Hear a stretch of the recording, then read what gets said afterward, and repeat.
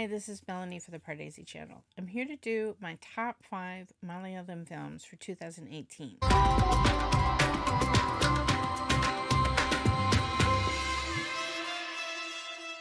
I'm doing separate top 5 lists for each of the main 4 industries, Tamil, Telugu, Hindi, and Malayalam for 2018. I do have a top 5 overall that I talked about in a collaboration with Matt of Korkal and Nala, and I will have a link in the description below. This was really hard. I was not able to see as many Malayalam films this year as I wanted to see. I realized when I was looking through my list that I did not see Tovino Thomas's movies this year. I did not see the film Joseph that several people talked about as being one of the top ones of the year.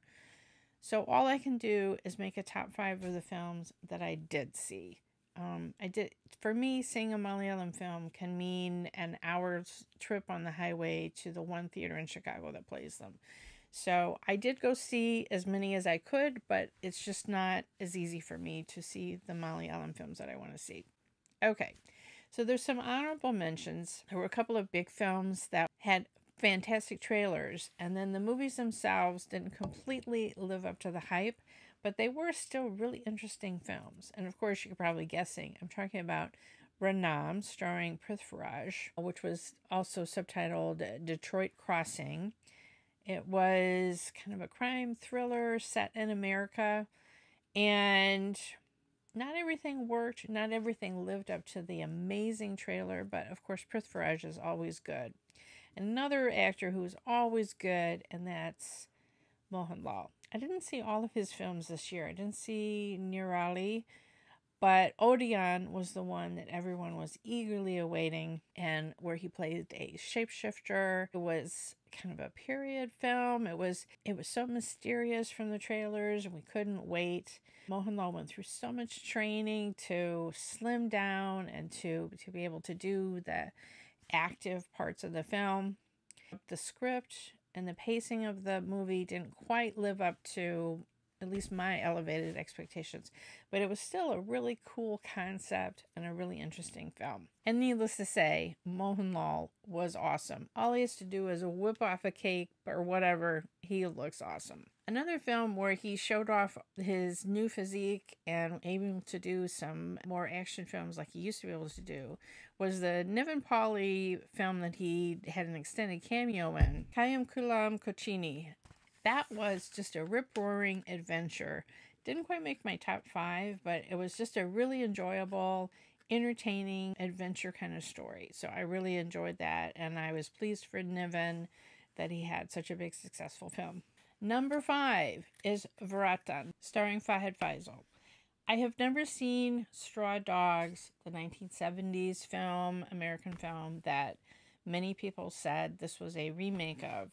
It was an incredible, taut thriller where a mild-mannered Fahad Faisal suddenly turns into a terror. And it's an examination of masculinity. I know it had a lot of local flavor to it, shades about Kerala that I maybe didn't completely get, but I really enjoyed this film. Fahad had several good films this year, and you're going to see another one in the upper echelons of my top 5. Number 4 is Kude. It's always a delight to watch an Anjali Menon movie. This was the comeback of Nazria. We're going to have Nazria and Parvati and Prithviraj in one film. It was so mysterious from the trailer. We didn't really know who was the love interest, what was going on. It turned out that Nazria was playing Prithviraj's sister, and Parvati was the love interest. It was an unusual film, an unusual script. I learned that the title means together, which is very apt. If you've seen the film, you know what that's all about. It's about a man coming to terms with loss and making changes in his life. And it was really a special film. It was really a special film. Not every moment of it, the plot worked for me, but Nazria, it was just such a pleasure to see her back on screen again, and I hope there will be many more films to come. Number 3 is Sudani from Nigeria. What a heartwarming film. Oh my gosh. And I just had a comment by Samuel Robinson himself, who was the African actor who co-starred in the film. Suban Sahir frequently is behind the camera, but this time he was wonderful as this manager of this football team, and he has an injured player and he can't afford to keep him in the hospital, so he brings him home. There's scenes from this film that I will remember forever, like the one where Samuel doesn't understand Malayalam. The people he's staying with, Suban Sahir's mother, doesn't speak a word of English or any other. So she is crying and talking to Samuel about her son, and he's holding her hands, and she's just pouring her heart out to him. And oh gosh, that scene will just stay with me forever. It shows how an outsider can be made welcome, and a small village can band together to help someone. And the ending scene was very, very touching too. Number 2, I just saw, again, Fahad Faisal. Neon Prakashan was so funny, and then the second half was so heartwarming. Oh my gosh. This is a script by Srinivasan, who also has a major supporting role in the film.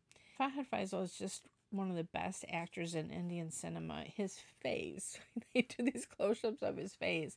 Just the expressions that he gives can be just make you laugh. He's this layabout who gets into all these scrapes.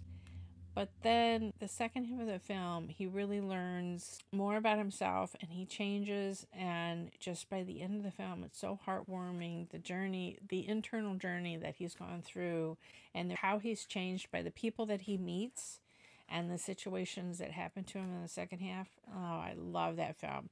I mean, you just come out with just such a good, heartwarming feel, and you've had a really good belly laugh too from all of his antics in the first half of the film.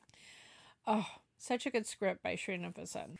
And number 1 is probably my number 1 film of all Indian cinema this year. And it's funny because my number 1 film in 2017 was by the same director. Last year, it was Angameli Diaries by Lijo Jose Pellicer. And this year, it's E Ma Yao. Oh my gosh, this film.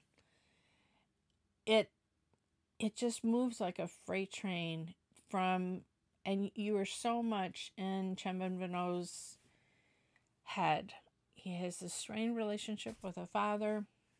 Father suddenly passes away, and then all the pressures come down on this son, played by Chemban Vinod.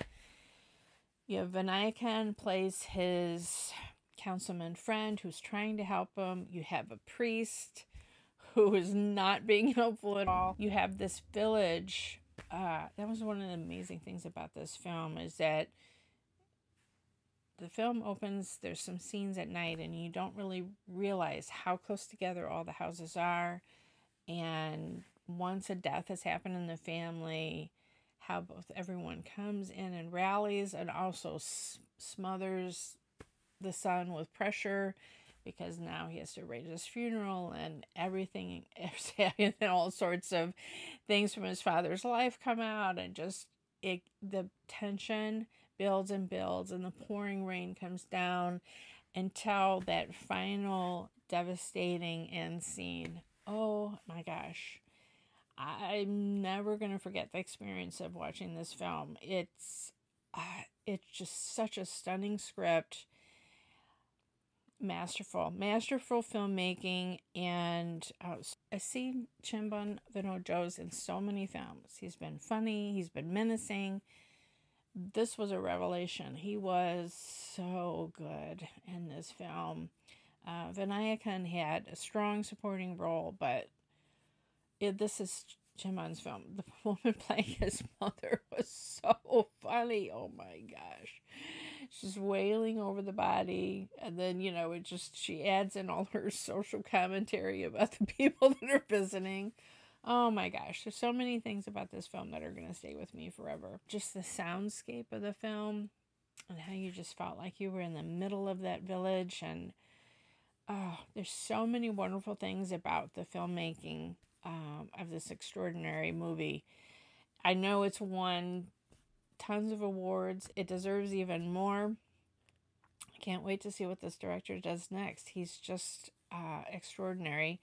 And it's a powerful, powerful, intense film. So I hope you have a chance to seek it out and watch it if you haven't already. I'm looking forward to 2019, and I know, like I said, this was my top 5 of the films that I was able to see. I'm hoping to be able to catch up on especially Savino Thomas's roles. Let me know in the comments below, are there any other films that were your favorites in Malayalam cinema this year that I should try to seek out and catch up on? Please do follow me on Twitter at PardesiYT, subscribe here to the Pardesi channel, and if you do, hit the bell, then you'll get a notification whenever I have a new trailer reaction or film review.